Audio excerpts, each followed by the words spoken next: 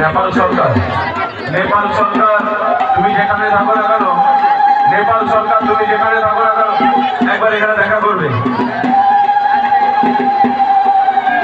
ইতিমধ্যেই আমাদের গাছ দাঁড় করানো হয়ে গেছে।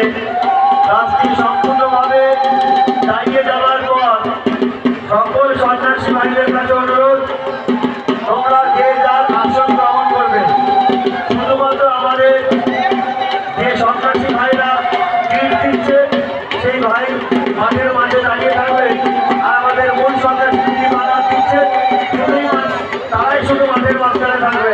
বাকি আমরা সবাই যে ট্রাক কাটা রয়েছে ট্রাকের সামনে নিয়ে বসে পড়বো, নিজেরা আনন্দ করবো, অন্যকে আনন্দ করার সুযোগ করে দেবো।